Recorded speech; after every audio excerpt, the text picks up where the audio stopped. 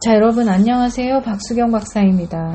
이번 시간에는 맞바람이라는 주제를 가지고서 이 심리학적인 측면에서 마음의 상처 측면에서 이제 조금 풀어서 설명을 해드려 보겠습니다. 배우자가 외도를 하면 그 상처받은 배우자는 엄청난 정신적 고통에 빠지게 돼요. 근데 이게 일반적인 고통이 아니에요. 우리가 이제 인생을 살다 보면은 크고 작은 상처들을 받게 되는데요. 이럴 때마다 뭐 수다를 떨기도 하고 누군가에게 위로를 받기도 하고 그러면은 이제 기분이 좋아지고 다시 정상의 감정으로 가는 게 대부분이에요. 그런데 배우자가 외도를 하면 자신이 이제 살아온 삶이 다 부정화가 되면서 엄청난 상처가 증폭이 되기 때문에 뭘 해도 기분이 살아나질 않습니다. 뭘 해도. 가장 마음의 상처가 생겼을 때 이제 쉽게 하는 거가 계속 추궁하고 하소연하면서 이제 위로받으려고 하는 건데, 계속 이제 추궁하고 하소연하면서 위로를 받아도 이제 기분이 안 좋아지고요. 평소에 친하게 지내던 분한테 이제 하소연을 하면 옛날엔 그래도 마음이 좀 안정이 됐었고 했으니까 이제 친하게 지내는 분한테 연락을 해서 이제 이야기를 해보기도 합니다. 근데도 그게 감정이 좋아지질 않아요. 그럼 이제 안 좋아지니까 굉장히 좌절을 하게 되는데 이때 여자들이 담배를 펴볼까? 그 담배를 피기도 합니다. 실제로. 성실하게 살아오셨어도 이 고통의 감정에서 벗어나고 싶은데 벗어나지지 않으니까 담배를 실제 피기도 하고 담배를 피면서 마음의 위안을 삼기도 해요. 그러면서 서서히 이제 무너져 가는 거겠죠. 몸과 마음이. 그럼에도 불구하고 감정이 안 좋아져요. 정신과 약을 먹어보기도 하고, 그러니까 이게 좋아져야 되는데 안 좋아지니까 이제 사람이 좌절에 빠지게 됩니다. 나는 이런 상태로 평생 행복하게 살 수 없는 거구나. 뭘 해도 좋아지지 않는 거구나. 그러면 이때 이혼을 생각하기도 합니다. 새로운 사람을 만나가지고 새로운 사람과 새로운 출발을 하면 감정이 좋아질 거라고 생각해요. 근데도 실제로 이제 만나보잖아요. 안 좋아져요. 만나고 와도 안 좋고, 이상하게 만나고 싶지도 않고, 또 이혼을 하면 좋아질까? 그래서 이혼을 요구하기도 해요. 근데 실제로 이혼이 잘 되지도 않고, 또 그렇게 이제 이혼을 해서 이 감정 상태로 계속 살 것 같은 이제 불안함도 이제 갖게 돼요. 그러니까 이것도 해보고 저것도 해보고 매일매일 술을 먹고 술에 의존되어 보기도 하고, 담배를 펴서 기분을 좀 완화시켜 보려고 하기도 하고, 약을 먹어보기도 하고, 다른 사람을 만나서 위로를 받아보기도 하고, 막 종교에 매달리기도 하고, 근데도 이 감정이 좋아지질 않아요. 아무리 분노를 하고 표현을 해도 안 좋아지니까 스스로 좌절하게 되고 스스로 이제 삶을 포기하게 되는 원인이 되기도 하고, 너무나 고통스럽고 힘들어요, 마음이. 그러면 마지막에 이제 바람이라도 펴볼까? 뭐 이렇게 되면서 맞바람으로 이어지는 경우가 있습니다. 최악이죠. 이 맞바람은요, 이제 다른 사람에게 위로를 받고, 내가 이제 그 위로를 받으면서 이제 행복한 감정도 느껴보고 그러면서 이제 성으로 이어지고, 이제 이런 상태로 나의 감정의 아픔을 없애보려고 이제 시도를 하게 되는 거죠. 그런데 이게요,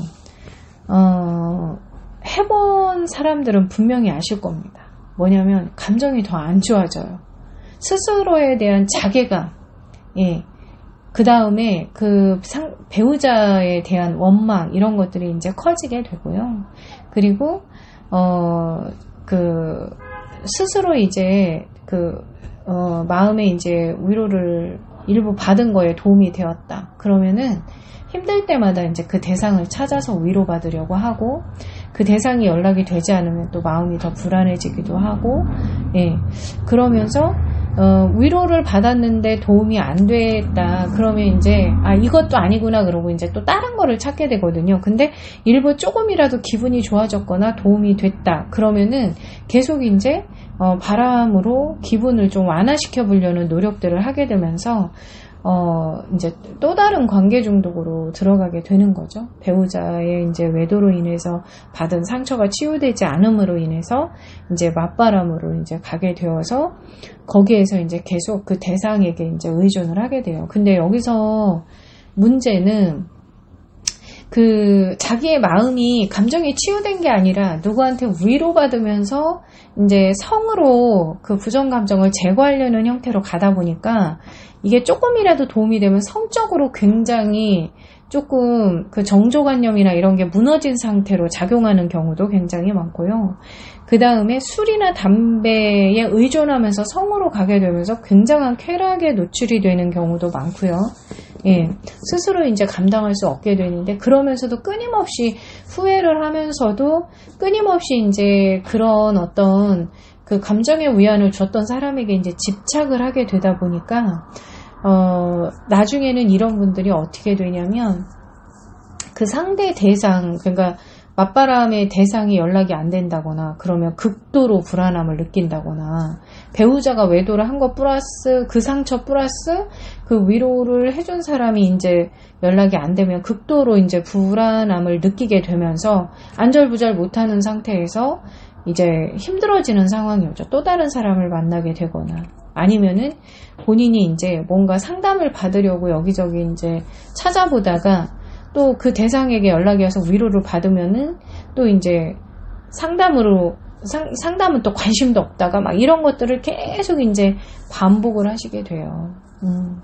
근데 이런 상태로는 이제 뭐 그 여자로서 다시는 행복하게 살 수 없는 길을 선택하시게 되는 거고요. 결과적으로는 스스로가 감당할 수 없는 만큼의 상처들이 이제 쌓여서 나중에는 이제 뭐 무기력, 우울, 또 나중엔 공황장애 막 이렇게 이제 수많은 이상심리와 심리 장애로 이제 연결이 되는 원인이 되죠. 그렇지 않으면은 이제 성적으로 문란해지는 상태, 그리고